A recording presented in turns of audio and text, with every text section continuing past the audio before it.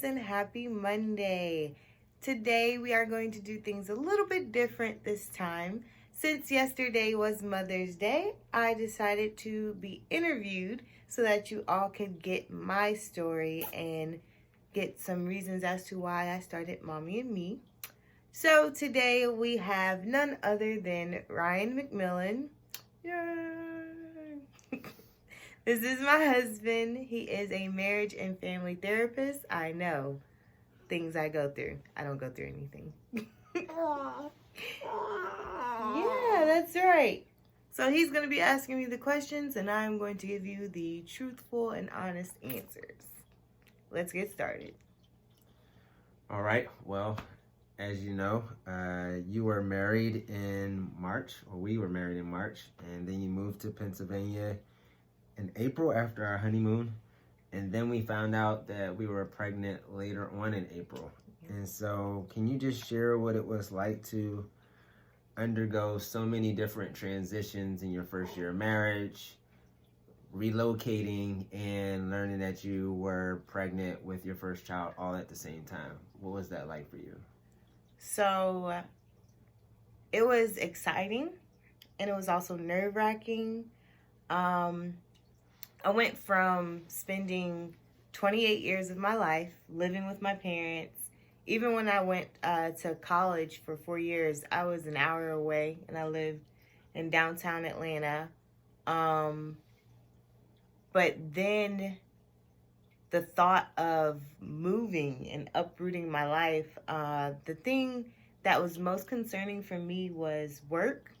But with that, I had a job that I was able to transfer, and I was actually excited about doing something new, not being under my parents, finding a new side of me.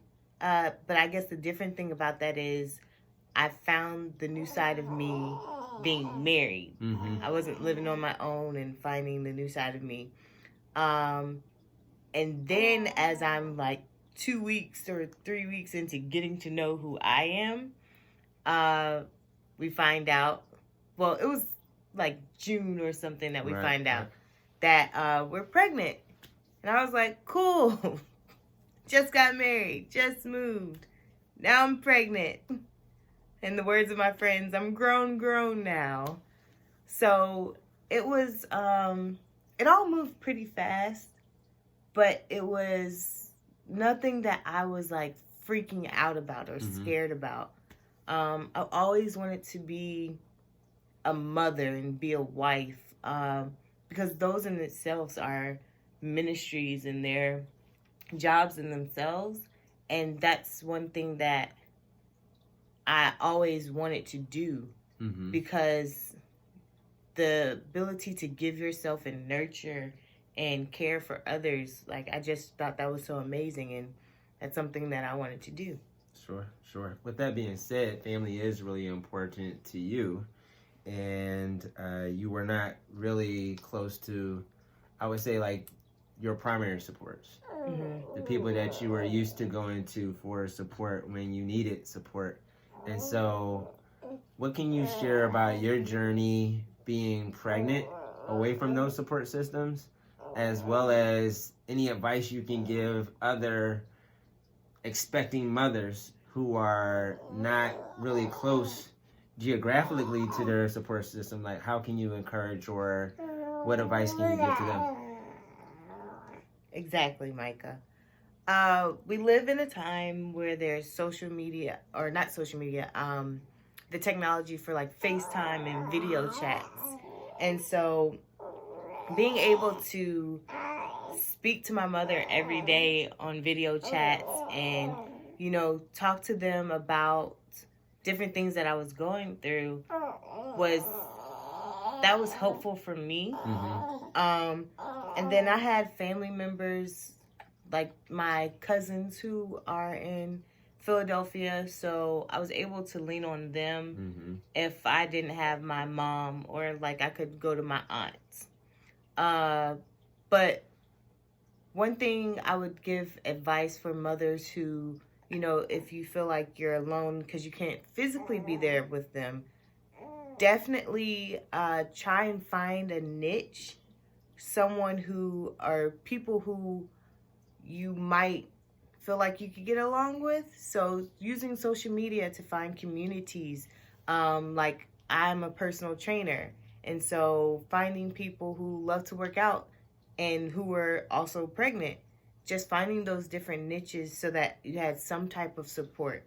That was helpful. And then just really and truly social media. Mm-hmm. I was blessed to have a mom who continuously, any chance she could get to fly up here to help me through my pregnancy, she did. And now she flies up, not for me, not for my husband, but for him. So Mm-hmm.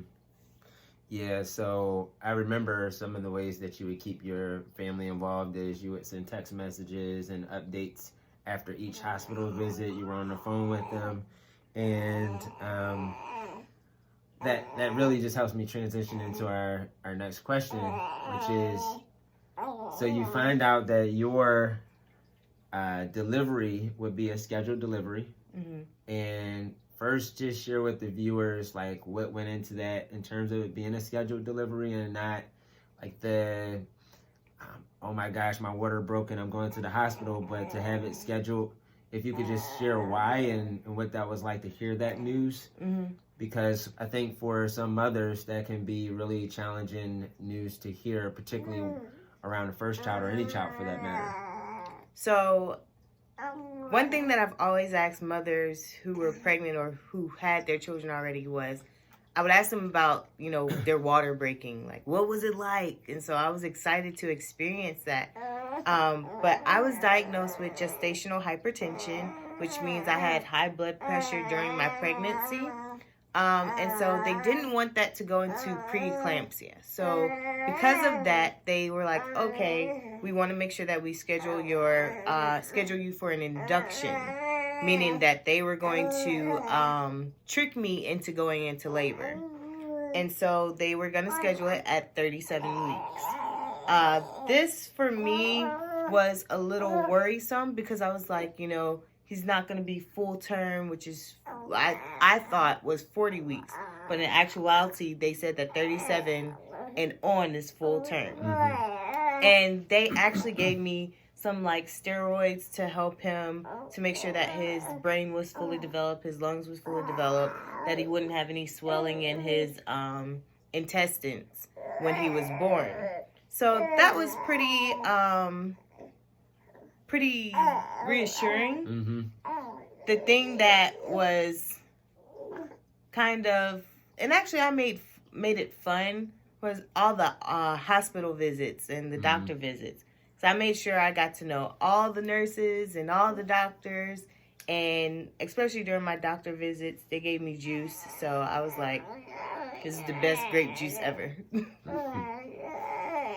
So it is the maybe 2-3 days before he's born. It's a Sunday night. We're scheduled to go in. Mm-hmm. You know that this labor process will go on for X amount of hours. Share with your viewers what the thoughts were when you had this, because it wasn't a surprise. You were, like, you knew beforehand. We were having like a little bit of a celebration, like, oh, we're about to go. What were the nerves like for you going in? And just share what the labor process was like for you. So going in, we were at my father-in-law's house, and they wanted us to come in at like 11:30 p.m. And so I was like, I'm excited and I'm nervous. I'm to the point where I'm like trying to stretch out, and Ryan is like trying to give me some stretches. I'm doing the little squats where you stand and you're sitting down, and I'm like just trying to make sure that my pelvis is ready to push out this baby, because I want to be as smooth as possible. I've heard stories about mothers being in labor for like 72 hours, and I was sitting there and I was like, that's not gonna be me. Some women were in labor for 3 days, and I can endure pain, but I was like, I don't want to endure that pain, not for 3 days. So I was trying to do everything that I thought I could do to make sure that I could have my pregnancy not be, or my labor not be so long. Right, right. So from drinking raspberry leaf tea to doing the stretches to having fun, everything. Yeah.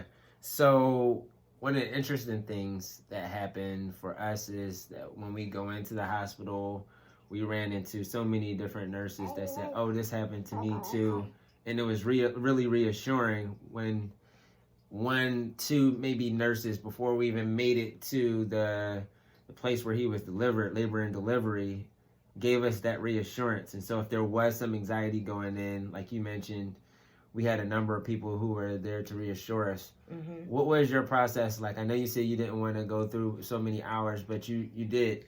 You did. It was more than a day or two. And so just share what that process was like for you in the waiting for the baby to come. So with my induction, they induced me at midnight on, so I guess Monday, a midnight Monday. And so, or 12 a.m. on a Monday. And so what they did was they put a balloon inside of me to make my cervix feel like the baby was dropping so that it would expand. And so it stayed in for about, I think, probably about 5 hours it stayed in, because I was already 1 centimeter dilated when I went into the hospital.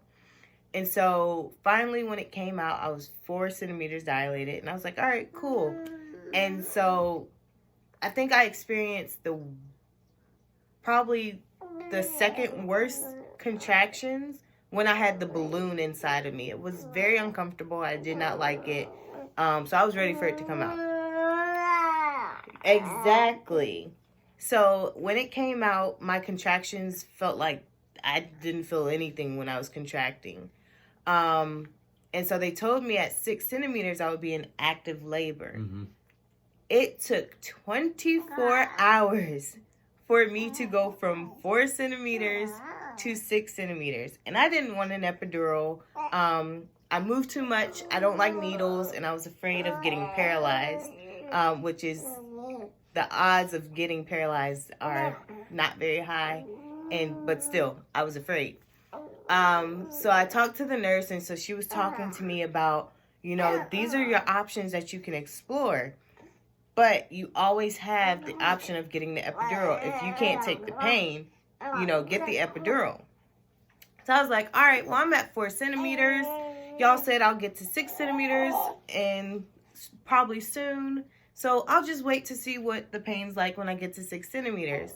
Y'all, for 24 hours, the pain continued to increase. And I was like, surely we're at 6 centimeters. The nurse, after 24 hours, came, and she was like, all right, let's check you. Yeah, you're still at 4 centimeters. She said no more. I was like, you know what? Epidural. I'm not doing this. I don't have time for this. So the nurse that came to help me get my epidural, she was very comforting and reassuring. She understood. She walked me through it. She was very soft-spoken. And then afterwards, she was hilarious. She was just joking and just saying like stuff to cheer me up. So after I got the epidural, I couldn't move anymore because I wanted to be active. So that was a little bit, it made me feel a little bit down. But I got to have my music, and so that was fun. Mm-hmm.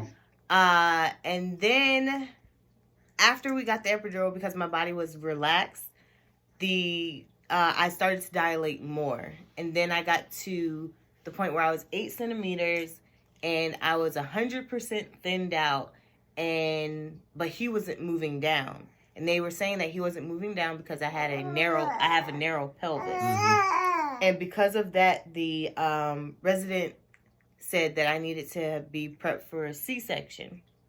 I didn't want a C-section. Maybe it's because I'm vain.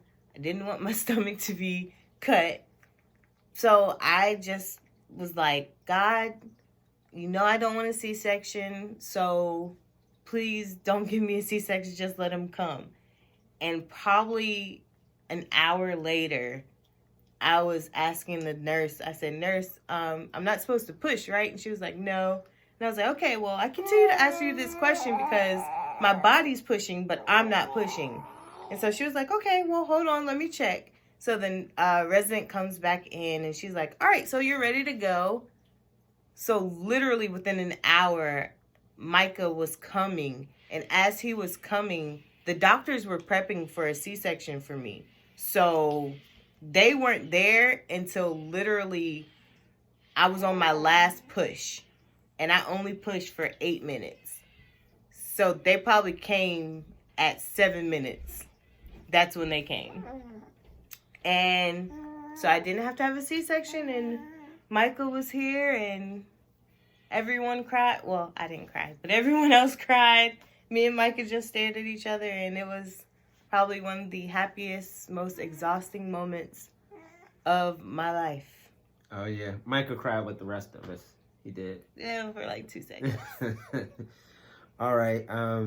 So we're here, and Micah's with us, and it's been a gift and a joy and a journey to have him with us. So it was a healthy delivery in having him. It was. And so now Mommy and Me.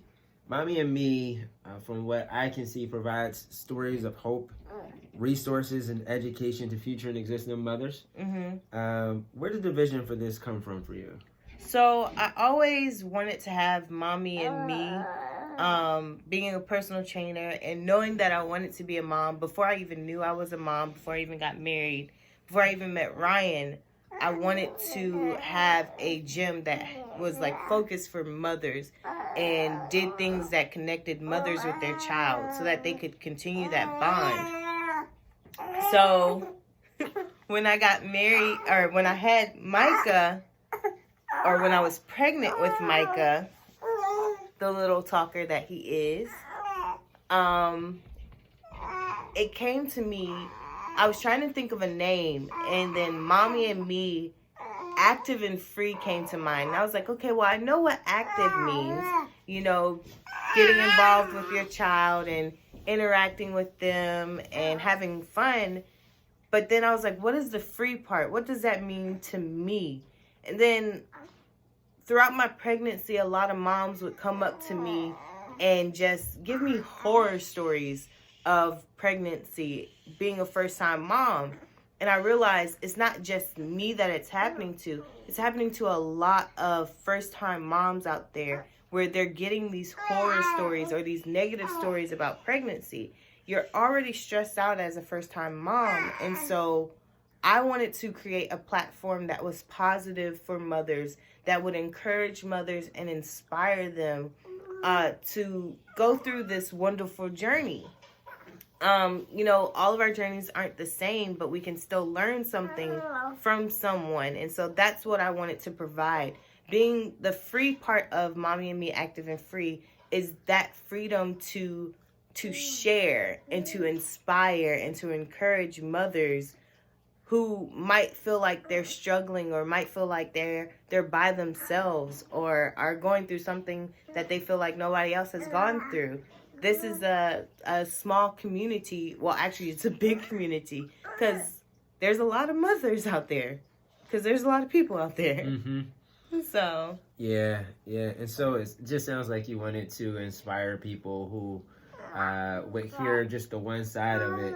They would hear these horror stories about this happened or that happened. Mm-hmm. And certainly the mothers that you have interviewed, they had some challenges. Right. But these are stories of how they were resilient, how they were able to overcome some of the most challenging circumstances and situations that a person could actually overcome during pregnancy. And so they are certainly stories of hope.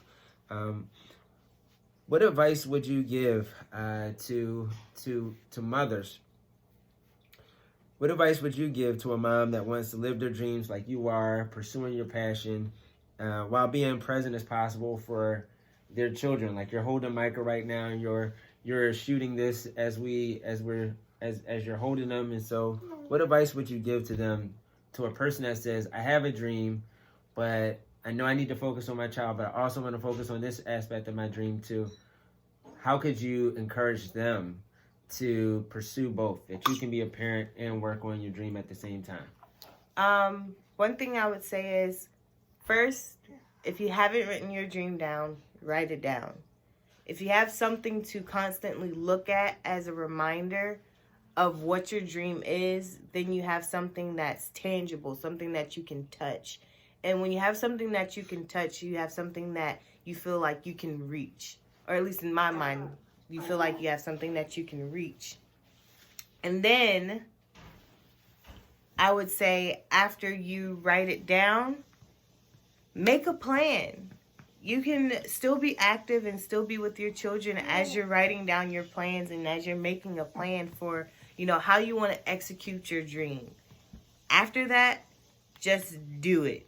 I had my plans. I had my dream written down. I had the mothers that I wanted to contact. And I was scared. Right. And one of my friends, Kiana, she's a mother too. She was like, "What are you afraid of?" It's as simple as pressing play and going for it. Just do it. And I was like, Nike, just do it. Mm-hmm. So, really and truly, write your plan down, or write your dream down, make your plan, do it. You can never fail at something that you never start. Mm-hmm. I don't know who quoted it, but it's very true. Absolutely. And even in that, I would say, as you're starting it, don't focus on what the world is looking at for it, or what the world says, whether it's going to be successful or not. Because whatever your dream is, it's what you take from it to be successful. So for me, Mommy and Me is successful because it's reaching mothers who are going through stuff. I have mothers contacting me saying that they really needed that inspiration from this mother. And so that to me is success. And so just to provide that community for moms and for them to connect is what makes Mommy and Me Active and Free successful. Being able to do workouts with my son and, interact with him, because it's helping him grow and develop. It's helping him with his hand-eye coordination and different things like that. To me, that's successful. So let me just make sure that I understand what you're saying and that we really captured it. Is one, write down the vision. Yes. The second thing is to, I'm guessing people, like you're encouraging them, have a journal by your bed, write down your vision, jot down your thoughts when they come up. In the middle of the night, you might have thoughts. Jot down those thoughts when they come up, and then start making a plan.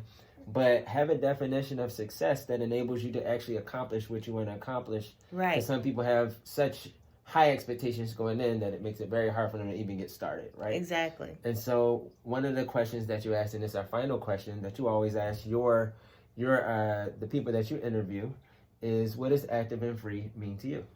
So active and free, to me, as a mother, active means being physically active with Micah, engaging him, doing little workouts with him, but also making sure that I have time with him, making sure that I'm catering to him, and I'm not just focusing on me, but making sure that I'm able to spend time with him and interact with him. That's the active part. Right.